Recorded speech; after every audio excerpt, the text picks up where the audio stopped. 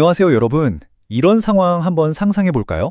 정말 사랑해서 결혼했는데 어느 날 문득 배우자와 내가 가장 중요하게 생각했던 믿음이나 가치관이 달라졌다는 걸 깨닫는 거예요.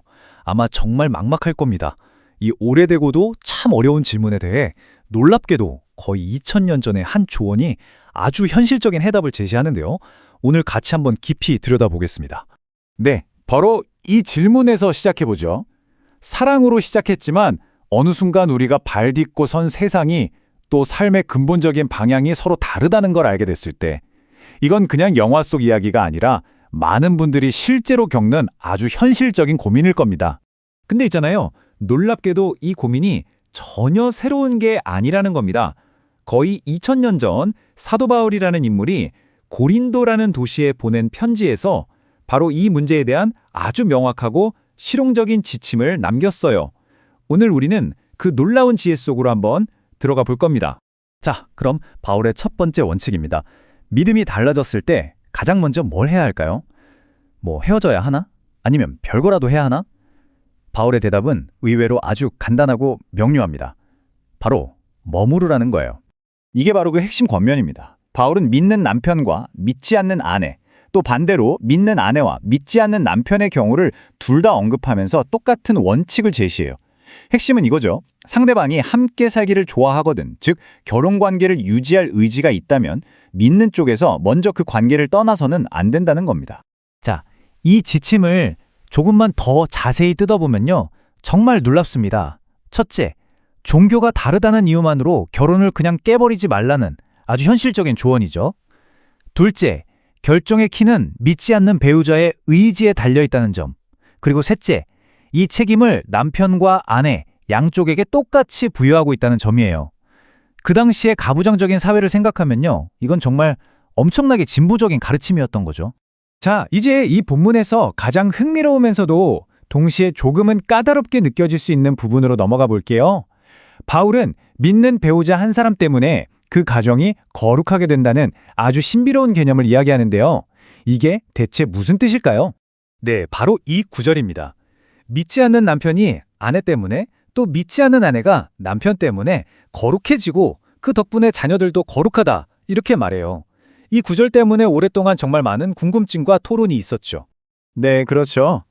이 지점에서 우리 모두가 똑같은 질문을 하게 됩니다. 거룩하다는 말이 혹시 자동으로 구원받았다는 뜻일까? 그러니까 내가 믿는다는 사실 하나만으로 내 배우자나 자녀도 저절로 구원을 받는 그런 일종의 패키지 같은 걸까요? 결론부터 딱 말씀드리면 대부분의 학자들은 그렇게 보지 않습니다. 여기서 거룩하다는 건요. 개인의 구원을 보장하는 마법 같은 게 아니에요.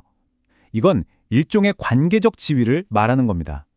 즉, 믿는 사람 한 명 때문에 그 가정 전체가 영적으로 부정한 곳이 아니라 하나님의 특별한 영향력과 소속의 울타리 안으로 들어오게 된다는 의미로 해석하는 거죠.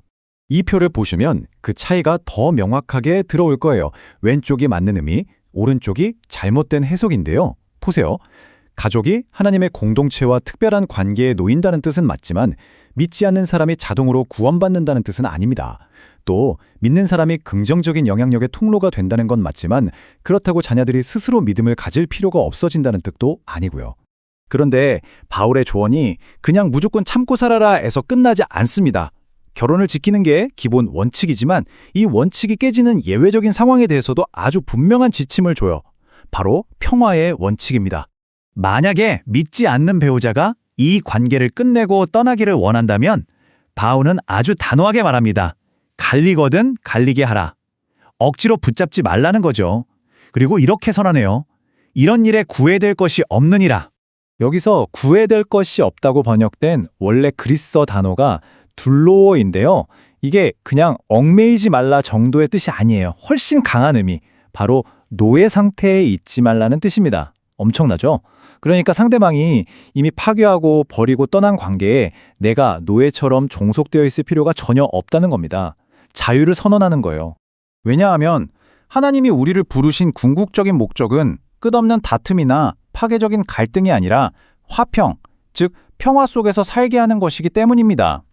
그래서 때로는 결혼이라는 형태를 유지하는 것보다 하나님의 평화 안에서 살아가는 것이 더 중요한 상위 원칙이 될 수 있다는 거죠.